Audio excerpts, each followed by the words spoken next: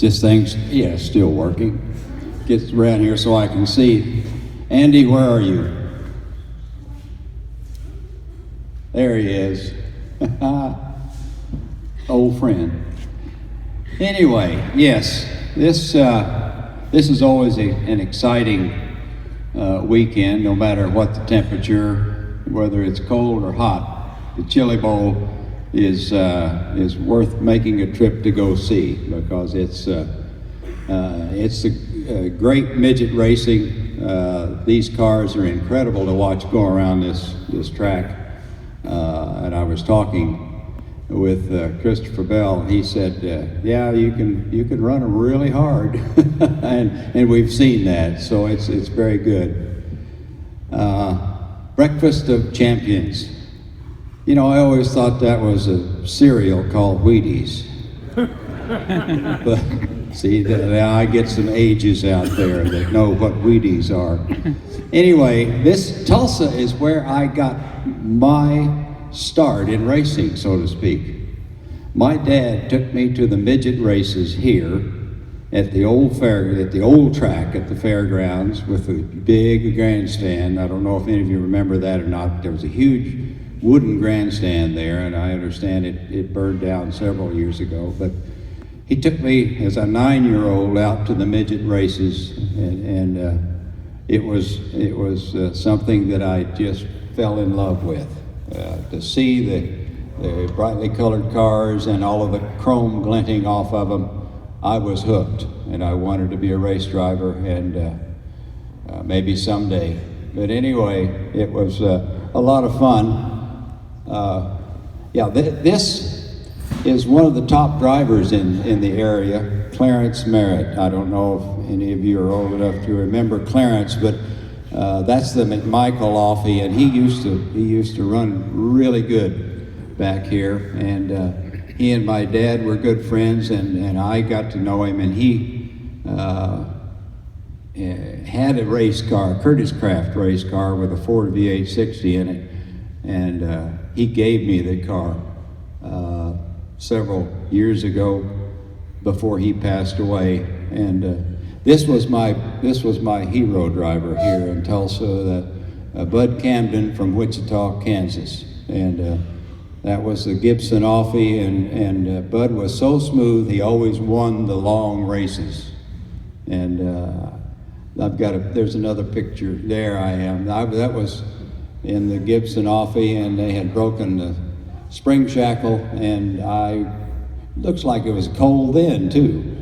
But anyway, I was 9 or 10 years old there, and that was good. The car had just come in off the track, so it was obviously pretty warm. It probably felt good sitting in there with the heat. But anyway, that was in 1948, and at the old, there was this track here, and has been put in later, but it was farther up the other way, and the grandstand, and had a mile, I think, track around the outside of it, and then the quarter mile inside. Had some great midget racing. And this is the car that I was given by Clarence Merritt several years ago, back in the 70s, late 70s, and I am restoring that car right now. It's Curtis Craft with a Ford V860, and Eddie Meyer built the engine that was in it, so it was a strong V860, and I'm having a lot of fun doing that. Who's that?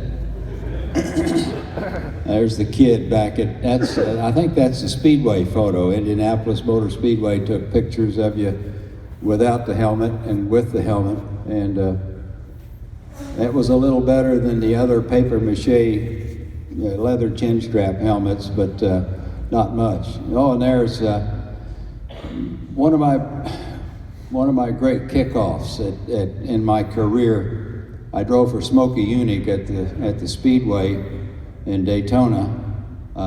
He hired me to come off of the fair circuit in IMCA sprint cars. Never driven a late model stock car in my life. And I said the car was plenty strong. I set a new track record and a new world record.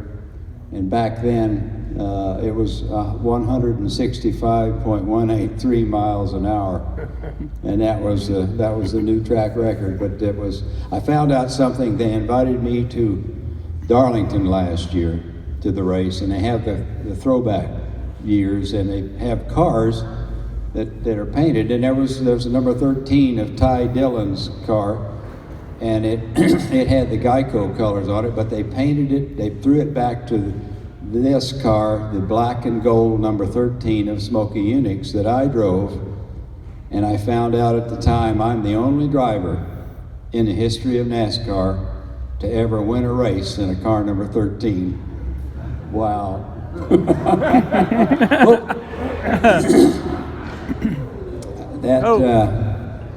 That's the photo. Tony and I talked about this. Tony, are you still here? Yeah, there he is. And he and Earl Baltus both told me this is the most famous picture that was ever taken at Eldora Speedway. And I'm still looking for the sports writer that put that picture in the Dayton News the next day and titled underneath it, "Rutherford waves to the crowd as he leaves the racetrack." Anyway, yeah, my arms still hurt every now and then from that. And that was one of the situations, one of the things, little extra things you get for winning the Indianapolis 500. And I was able to be on the Sports Illustrated twice, so it was, auto racing's been very, very good to me, as the old saying goes. And it's good to see the people gathered here like this for this event, because that means it's healthy. And when it gets warmer around the country, you can go to your local tracks and enjoy the racing. It's on the upswing. A lot of great cars and drivers, and my congratulations to all of the winners that are here. Being a champion is great. The only thing you don't want to do is abuse it. So everybody have a good time, enjoy, and we'll see you on the starting line. Thank you.